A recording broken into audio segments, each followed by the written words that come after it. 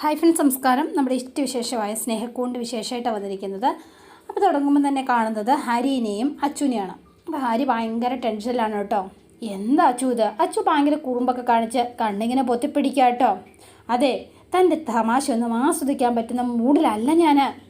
കോടതി വിധിയല്ലേ തൻ്റെ മനസ്സിൽ മുഴുവൻ. അതിന് ഒരു ടെൻഷൻ്റെ ആവശ്യമില്ല ഹരിയെ. അത് അനുകൂലമാകുക തന്നെ ചെയ്യും എന്ന് അച്ഛനോട് ആര് പറഞ്ഞു? അപ്പോൾ ഒന്നും മിണ്ടുന്നില്ല. അതെ, എന്നോട് ഞാൻ തന്നെയാണ് പറഞ്ഞത്. മനുഷ്യനായ കുറച്ചൊക്കെ ആത്മവിശ്വാസം വേണം. എന്തിനാ ഇപ്പം നെഗറ്റീവ് മാത്രം ചിന്തിക്കുന്നത് എന്ന് ചോദിച്ചു. അതെ, അതുകൊണ്ടല്ലച്ചോ, കോടതിയല്ലേ, അവിടുത്തെ നിയമമല്ലേ, എന്താ പറയാൻ പോണമെന്ന് എങ്ങനെ അറിയാം? എന്തു പറഞ്ഞാലും അത് സ്വീകരിച്ചല്ലേ പറ്റുള്ളൂ.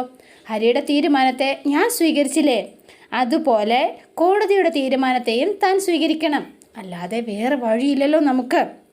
ശരിയാണ്, വഴിയൊക്കെയുണ്ട്, പക്ഷേ തടസ്സം അച്ചുവാ. ഹരി, ഒരാളെ വിചാരിച്ചാൽ വേറൊരാളെ കൊല്ലാനൊക്കെ പറ്റും, പക്ഷേ ഒരാൾക്ക് ജന്മം കൊടുക്കാൻ അയാളെ കൊണ്ട് സാധിക്കുമോ?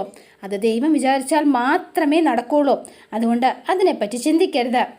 ആരെന്തൊക്കെ പറഞ്ഞാലും കോടതി ആ ഡിവോഴ്സ് അംഗീകരിക്കാം, അതെനിക്ക് ഉറപ്പുണ്ട് എന്ന് അച്ചു പറയാം.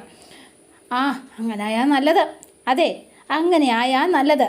അങ്ങനെയായാൽ എനിക്കെന്ത് തരും? എന്തും തരും എന്ന് പറഞ്ഞു. എന്തും തരുമോ? അല്ല അച്ചു, ആ സംസാരം നമുക്ക് വിടാം. പക്ഷേങ്കിൽ ഞാൻ പറഞ്ഞില്ലേ, എനിക്ക് കുറച്ച് സമയം എനിക്ക് വേണ്ട. അതിനെക്കുറിച്ച് എനിക്കൊന്നും കേൾക്കണ്ട. എൻ്റെ പൊന്ന് ഹരി, എന്തിനാ എന്നെ ഇങ്ങനെ കഷ്ടപ്പെടുത്തുന്നത്? എടുത്ത തീരുമാനം ഒന്ന് മാറ്റിക്കൂടെ? മാറ്റലാമല്ലോ, മാറ്റും എന്ന് പറഞ്ഞു. എൻ്റെ പൊന്നോ, ഇങ്ങനെ ഒരാളാണല്ലോ എനിക്കൊരു പേടിത്തൊണ്ടനെയാണല്ലോ കിട്ടിയത്. പഴയ സ്വഭാവങ്ങളും ആയിരിക്കണം. സഹിക്കുന്നതിനൊക്കെ ഒരു പരിധിയുണ്ട് കേട്ടോ. കണ്ടോ, ഒരു ദിവസം ഞാൻ പൊട്ടിത്തെറിക്കും. അന്ന് ഞാൻ എല്ലാം പലിശ സഹിതം കണക്ക് ഞാൻ ചോദിക്കും. അച്ചു പ്ലീസ്, ഞാനൊന്ന് പറയട്ടെ. ആദ്യം എന്നെ ഒന്ന് മനസ്സിലാക്ക്, എന്നിട്ട് ഹരിയെ ഞാൻ മനസ്സിലാക്കാം. എന്താ അതുപോലെ ഹരി എന്ന് ചോദിച്ചു. അപ്പോഴും ഹരി ഇങ്ങനെ നിൽക്കുക. പിന്നെ വിഷമിക്കൊന്നും വേണ്ട കേട്ടോ, പല്ലവി ചേച്ചിക്ക് സന്തോഷിക്കാൻ പറ്റുന്ന വിധി തന്നെ കിട്ടും എന്ന് അച്ചു വീണ്ടും അവിടെ വന്നതെന്ന് പറയുകയാണ്. പിന്നെ കാണുന്നത് പല്ലവിനെയാണ്. അപ്പോൾ പല്ലവിക്ക് ഉറക്കമൊന്നുമില്ല. പല്ലവി ആകെ ടെൻഷൻ അടിച്ച് ഇങ്ങനെ നടക്കാണ് കേട്ടോ. അപ്പോൾ രാത്രി എഴുന്നേറ്റ് നടക്കുന്ന സമയത്താണ് ശോഭ വെള്ളം എടുക്കാൻ വരുമ്പോൾ, നിനക്ക് ഉറക്കമൊന്നും വരുന്നില്ലല്ലേ? ഇല്ലമ്മേ, നല്ല ടെൻഷനുണ്ട്. നാളെയാണല്ലോ വിധി വരുന്നത്. എന്താവും ആലോചിച്ചിട്ട് എനിക്ക് ഒരു സമാധാനവുമില്ല. നീ ഇങ്ങനെ ചെയ്യാവുന്നതൊക്കെ നല്ല ഭംഗിയായി ചെയ്തിട്ടുണ്ടല്ലോ. നല്ല വക്കീലിനെ വെച്ചു, നന്നായി കേസ് നടത്തി. പിന്നെ ഇതിൽ കൂടുതൽ എന്ത് ചെയ്യാനാ മോളെ എന്ന് ചോദിച്ചു. എങ്കിലും കേസിൻ്റെ വിധി അനുകൂലമാണെങ്കിലും അല്ലെങ്കിലും അത് നമ്മൾ സ്വീകരിക്കുക തന്നെ ചെയ്യും, മനസ്സിലായോ? അതിനോർത്ത് വിഷമിക്കണ്ട എന്ന് പറഞ്ഞു. വീണ്ടും തോൽക്കുക എന്ന് പറയുന്നത് എനിക്ക് താങ്ങാൻ പോലും കഴിയില്ല. അവിചാരിതമായിട്ടായിരിക്കും ഓരോ കാര്യങ്ങൾ സംഭവിക്കുന്നത്. എന്തൊക്കെ നടന്നാലും നമ്മൾ അതിനെ അതിജീവിക്കുക തന്നെ ചെയ്യും. എന്നാലേ നമുക്ക് മുന്നോട്ട് ജീവിക്കാൻ പറ്റുള്ളൂ എന്നുള്ളതാണ് സത്യം. അതുകൊണ്ട് വിധി അത് അനുകൂലമാണെന്ന് വിശ്വസിക്കാനാണ് എനിക്കിഷ്ടം. പക്ഷേ ആയില്ലെങ്കിൽ നമ്മൾ അപ്പീൽ പോകും. അതെവിടെയോ, അവിടെയും വിധിയും നമുക്ക് എതിരാണെങ്കിൽ നമ്മൾ സുപ്രീം കോടതി പോകും. നമ്മൾ തോക്കാനായിട്ട് ഒരിക്കലും തയ്യാറല്ല. പുരുഷനൊപ്പം ഒരിക്കലും താമസിക്കാൻ തയ്യാറല്ല എന്ന് ഒരു സ്ത്രീ പ്രഖ്യാപിച്ചു കഴിഞ്ഞാൽ പിന്നെ ബലമായിട്ട് താമസിപ്പിക്കാനുള്ള അധികാരമൊന്നും ഒരു കോടതിക്കും ഇല്ല മോളെ. അത് മോളോർത്ത് വിഷമിക്കണ്ട. ഇന്ദ്രൻ ഇനി ഒരിക്കലും നിന്റെ ജീവിതത്തിൽ ഉണ്ടാവില്ല. അതുപോരെ നിനക്ക് എന്ന് ചോദിച്ചു. അയാൾ ഉണ്ടാക്കുന്ന ശല്യങ്ങളിൽ നിന്ന് രക്ഷപ്പെടണമെങ്കിൽ ഡിവോഴ്സ് കിട്ടിയേ പറ്റുള്ളൂ. പിന്നെ അത് കിട്ടാതിരുന്നാൽ ഏറ്റവും കൂടുതൽ ബാധിക്കുന്നത് ഞാൻ മാത്രമല്ല, ദുഃഖം അനുഭവിക്കാൻ പോണതും സേതുവേട്ടനും കൂടിയാ. അതാ എൻ്റെ സങ്കടം. അപ്പം ഈ കാര്യങ്ങളൊക്കെ പറഞ്ഞിട്ട് നീ വിഷമിക്കാതെ നീ സമാധാനമായിട്ട് പോയി കിടന്ന് ഉറങ്ങാൻ നോക്ക്. അതൊന്നും നമ്മളെ ബാധിക്കുന്ന പ്രശ്നങ്ങളെ അല്ല എന്ന് നീ വിചാരിക്കുക. വിധി അനുകൂലമാണെങ്കിലും പ്രതികൂലമാണെങ്കിലും നമ്മൾ അതിനെ നേരിടുക തന്നെ ചെയ്യും. നീ ചെന്ന് കിടന്നുറങ്ങുക എന്ന് പറഞ്ഞ് പല്ലവീനെ ആശ്വസിപ്പിച്ച് നേരെ പറഞ്ഞു വിടുകയാണ് നമ്മുടെ ശോഭ. പിറ്റേ ദിവസം രാവിലെ തന്നെ സേതുവിൻ്റെ ഫോണിലേക്ക് ഒരു കോള് വരികയാണ്. നോക്കുമ്പം പല്ലവി. എന്താ പല്ലവി? ഹായ്, ഗുഡ് മോർണിംഗ് എന്നൊക്കെ പറഞ്ഞു കേട്ടോ. സേതുവേട്ടനെ എഴുന്നേറ്റില്ലേ? ഇല്ല, എഴുന്നേറ്റ് വരുന്നേ ഉള്ളൂ. എന്താ? എനിക്കൊന്ന് അമ്പലത്തിൽ വരെ പോകണമായിരുന്നു, ഒന്ന് കൂടെ ഒന്ന് വരാൻ പറ്റുമോ? പിന്നെന്താ, ഞാൻ ഇപ്പം തന്നെ എത്താം എന്ന് പറഞ്ഞു. റെഡിയായി നിന്നോ? ഞാൻ എപ്പോഴേ റെഡിയായി. ഇന്നലെ രാത്രി ശകലം പോലും ഉറങ്ങാൻ പറ്റിയില്ല. എങ്കിൽ ഞാനിത് ഇപ്പം തന്നെ എത്താം എന്ന് പറഞ്ഞ് സേതു ഫോൺ വെച്ചു. എന്നിട്ട് രണ്ടുപേരോടെ കാട്ടിലെ ക്ഷേത്രത്തിലേക്ക് ചെല്ലുകയാണ്. രണ്ടുപേരും മനസ്സുരുക്കി പ്രാർത്ഥിക്കാൻ വേണ്ടിയിട്ട് ചെല്ലുന്നത് കേട്ടോ. അപ്പം ഇവർ രണ്ടുപേരും ഇങ്ങനെ തൊഴുത് പ്രാർത്ഥിച്ചുകൊണ്ടിരിക്കുന്ന സമയത്ത് മറ്റൊരാളോട് അവിടേക്ക് എത്തി. മറ്റാരുമല്ല, നമ്മുടെ പ്രതാപൻ. പ്രതാപൻ ഇവരെ കണ്ടുകൊണ്ടാണ് കേട്ടോ വരുന്നത്. മനസ്സുരുകി ഇങ്ങനെ പ്രാർത്ഥിച്ച് പല്ലവി ഇങ്ങനെ നിൽക്കുന്ന സമയത്താണ് എൻ്റെ ഭഗവാനേ കാത്തോണേ ദേവി എന്നൊക്കെ പറഞ്ഞുകൊണ്ടാണ് നിൽക്കുന്നത്. അപ്പോൾ ഇവർ രണ്ടുപേരുടെയും നടുക്കായിട്ട് ആൾ വന്ന് കയറി എൻ്റെ വിഘ്നേശ്വര രക്ഷിക്കണേ, അറിവില്ല പൈതങ്ങളെ രക്ഷിക്കണേ എന്ന് പറഞ്ഞു. നിങ്ങളോ? നിങ്ങളെന്താ ഇവിടെ ഉണ്ടായിരുന്നോ? ഞാൻ കണ്ടില്ല കേട്ടോ. ഇപ്പം നിങ്ങളെ രണ്ടുപേരെയും കണ്ട ഭാര്യയും ഭർത്താവും അല്ലെന്ന് ആരും പറയില്ല. എന്തൊരിണക്കം, എന്തൊരു പൊരുത്തം, സത്യം എന്ത് രസം കാണാൻ എന്ന് ചോദിച്ചു. അപ്പം മിണ്ടാതെ നിൽക്കുക. കേസിൻ്റെ വിധി അനുകൂലമാകാൻ വേണ്ടി കാവിൽ ഗണപതിയെ പ്രാർത്ഥിച്ചതെന്ന് മനസ്സിലായി. വെറുതെയാന്നേ.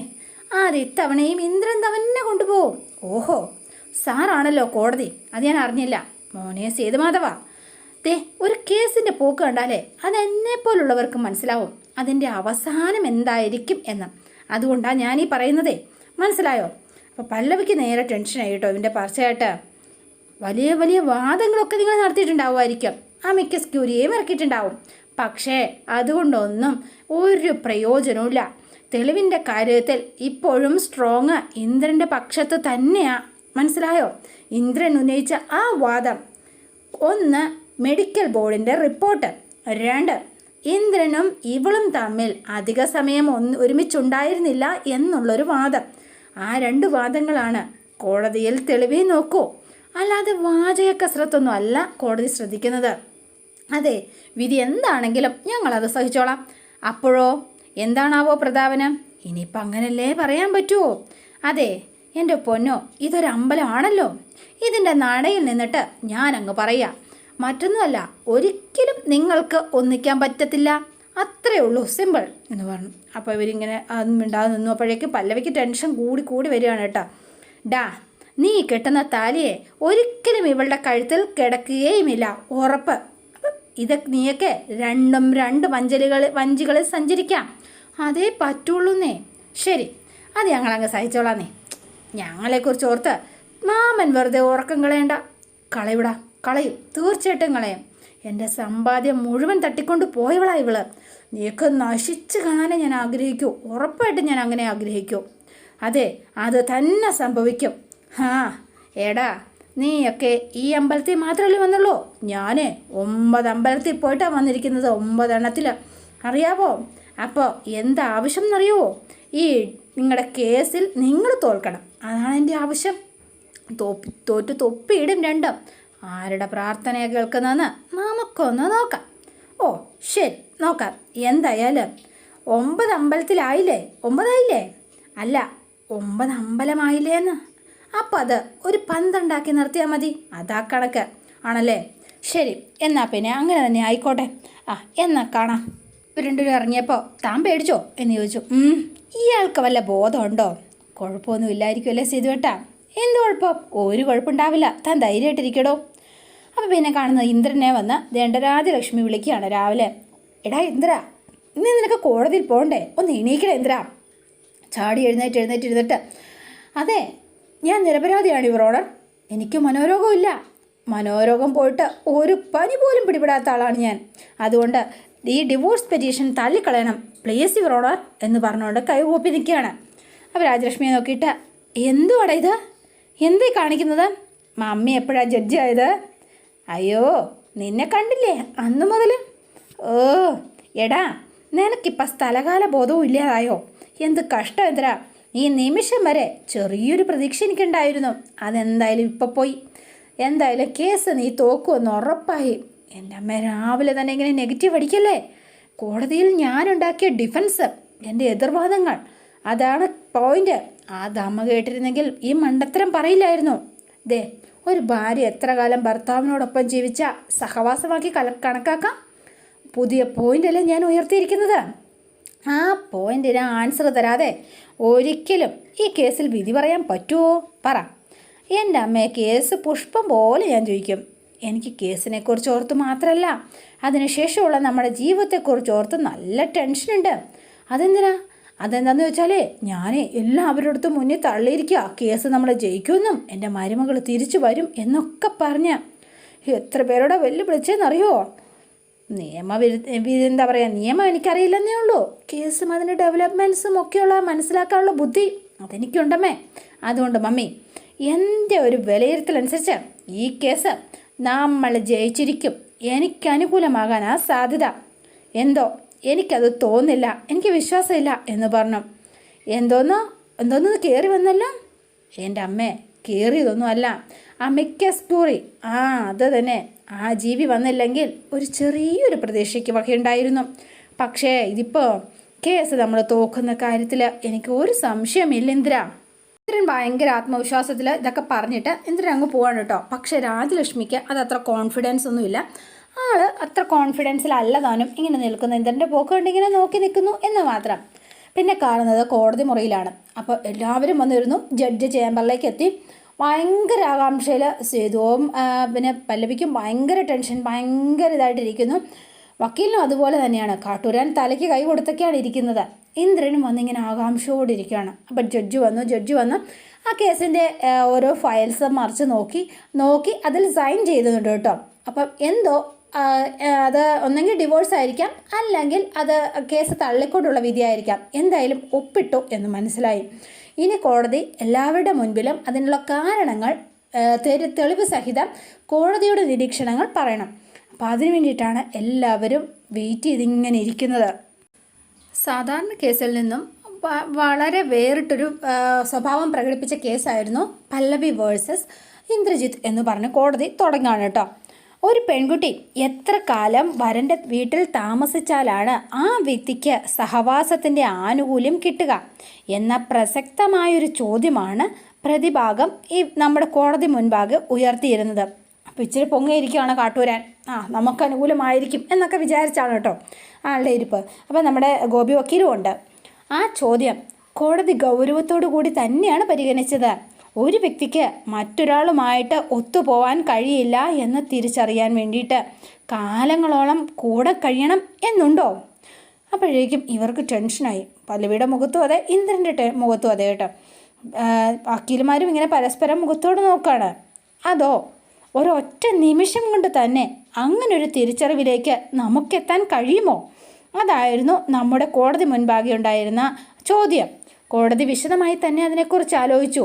മുൻവിധികളുടെയും നിയമ പുസ്തകത്തിൻ്റെയും വ്യാഖ്യാനങ്ങളുടെ സഹായത്തോടെ കോടതി അവസാനം എത്തിച്ചേർന്ന നിഗമനം എന്ന് പറയുന്നത് ഇതാണ് എന്ന് പറഞ്ഞു. അപ്പം എല്ലാവരും ഇങ്ങനെ വീർപ്പ് മുട്ടി ഇങ്ങനെ ശ്രദ്ധയോടെ ഇരിക്കുകയാണ്. ഇപ്പം മുട്ടുസൂചി വീണാൽ പോലും കേൾക്കും, ചങ്കിലാണെങ്കിലോ മുട്ട വെച്ചാൽ പുഴുങ്ങ എന്ന അവസ്ഥയിലും. അപ്പോൾ ഇങ്ങനെ എല്ലാവരും ടെൻഷൻ അടിച്ചിരിക്കുന്ന സമയത്ത് പല്ലവി ഇങ്ങനെ നോക്കി, സഹവാസത്തിൻ്റെ കാലയളവ് തീരുമാനിക്കേണ്ടത് ആ ഒരു സമയത്തിൻ്റെ അവസ്ഥയിലല്ല, മാനസികാവസ്ഥ അത് പരിഗണിച്ചുകൊണ്ടുമാണ് എന്നാണ് കോടതിയുടെ ഒരു നിഗമനം എന്നായിരുന്നു കോടതി പറഞ്ഞത്. ഒരാൾ തനിക്ക് ചേർന്ന കൂട്ടല്ല എന്ന് തീരുമാനിക്കാൻ വർഷങ്ങളോളം കൂടെ താമസിക്കണം എന്ന് ഒരു നിർബന്ധവുമില്ല എന്നാണ് ഈ കോടതി കണ്ടെത്തിയിരിക്കുന്നത്. അപ്പോഴേക്കും അച്ഛനും വന്നിട്ടുണ്ട് കേട്ടോ പല്ലവിയുടെ കൂടെ. അപ്പം ഇവരെല്ലാവരും ഇങ്ങനെ ഒരുമാതിരി ആശ്വാസമായി. ഒരു നിമിഷത്തിൻ്റെ തോന്നൽ, അല്ലെങ്കിൽ ആ ഒരു തോന്നൽ മതിയാവോ? അത് സ്വാഭാവികം മാത്രമാണ് എന്ന് പറഞ്ഞു. ആ മനുഷ്യൻ്റെ ജീവിതത്തിൽ ഒരാളെ മനസ്സിലാക്കാൻ ഒരു നിമിഷം മതി. കാരണം ഓരോ മനുഷ്യനും അവരുടെ തോന്നലിൻ്റെ ആ ഒരു സമാഹാരമാണല്ലോ. അതുകൊണ്ട് ഈ കേസിൽ കോടതിക്ക് പല്ലവിയോടൊപ്പം നിൽക്കാനാണ് ആഗ്രഹം എന്ന് പറഞ്ഞു. അപ്പോഴേക്കും ഭയങ്കര സന്തോഷമായി. ഇന്ദ്രനാണെങ്കിൽ എന്ന് പറഞ്ഞു ഒച്ചയ്ക്ക് ഇങ്ങനെ ദേഷ്യപ്പെട്ട് എന്താ പറയുക ബെഞ്ചിലൊക്കെ ഇങ്ങനെ ഇടിച്ചുകൊണ്ടിരിക്കുകയാണ് കേട്ടോ. പക്ഷേ കോടതി ആയതുകൊണ്ട് ഒന്നും ചെയ്യാനും ഇന്ദ്രന് പറ്റില്ല. കാട്ടൂരാൻ തല കുനിച്ച് തല താഴ്ത്തി പിടിച്ച് ഇങ്ങനെ കുമ്പിട്ടിരിക്കുന്നു. അപ്പോൾ ഗോപി വക്കീലും സന്തോഷമായി. So petition is allowed. അതെന്താ അങ്ങനെ കോടതി പറഞ്ഞതെന്ന് മനസ്സിലായില്ല കേട്ടോ ആർക്കും. അപ്പോൾ വേഗം തന്നെ ഇവരങ്ങോട്ടും ഇങ്ങോട്ടും കൈ കൊടുത്തു. അല്ല അതെന്താ? അപ്പോൾ സേതു വേഗം എഴുന്നേറ്റ് നമ്മുടെ വക്കീലിൻ്റെ അടുത്തേക്ക് ചെല്ലുകയാണ്, ഊർമിളയുടെ അടുത്തേക്ക്. അല്ല വക്കീലെ, എന്താ പറഞ്ഞത്? അകത്തോ പുറത്തോ? പുറത്ത്. അപ്പോൾ അലൗഡ്, ഡിവോഴ്സ് അനുവദിച്ചു എന്ന് ആണോ? അപ്പം പിന്നെ സേതുവിൻ്റെ സന്തോഷം പറയണ്ടല്ലോ. ഇന്ദ്രൻ ദേഷ്യപ്പെട്ട് പുറത്തേക്ക് ഇറങ്ങിപ്പോയി. കാട്ടൂരാനും പോയി കേട്ടോ. സേതു നേരെ ചെന്നു നമ്മുടെ പല്ലവി എടുത്ത ഒരു കറക്കൊക്കെ കറക്കി. എന്നിട്ട് സേതുവിടെ താഴെ നിർത്തി, ഇത് കോടതിയാണ് എന്ന് പറഞ്ഞിട്ട് ആര് കേൾക്കാൻ? സേതുവിൻ്റെ എന്താ പറയുക, ശരിക്കും പരിസരബോധം മറന്നുപോയി എന്നുള്ളതാണ് സത്യം. സേതു എന്നിട്ട് പല്ലവീനെ എടുത്തുകൊണ്ട് നേരെ കോടതിക്ക് പുറത്തേക്ക് ഇറങ്ങുകയാണ്. വക്കീൽ അല്ല നമ്മുടെ ജഡ്ജാണെങ്കിലോ ഇത് കണ്ട് കണ്ണ് തള്ളി നിൽക്കുകയാണ്. ഇയാൾ എന്താ ഈ കോടതി കാണിക്കുന്നത് എന്നുള്ള മട്ടിൽ. സേതുവിന് ഇതിനുള്ള പണിഷ്മെൻറ്റ് പുറകെ വരുന്നുണ്ട് കേട്ടോ. അപ്പോൾ അതോടെയാണ് ഇന്നത്തെ വിശേഷം അവസാനിക്കുന്നത്. ഇനി നാളത്തെ വിശേഷം ഇതിലും ഗംഭീരമാണ്. അപ്പോൾ എല്ലാവരും വെയിറ്റ് ചെയ്യുക. നിങ്ങൾക്ക് ഇഷ്ടപ്പെട്ടുവെങ്കിൽ ലൈക്ക് ചെയ്യുക, ഷെയർ ചെയ്യുക, തൊട്ടടുത്ത് ആ ബെൽ ബട്ടൺ കൂടെ ഒന്ന് ഞെക്കുകയാണെങ്കിൽ ഞാൻ ഇടുമ്പോൾ തന്നെ നോട്ടിഫിക്കേഷൻ ലഭിക്കുന്നതായിരിക്കും. പുതുപുത്തൻ വിശേഷമായിട്ട് എത്താം. Bye and see you again.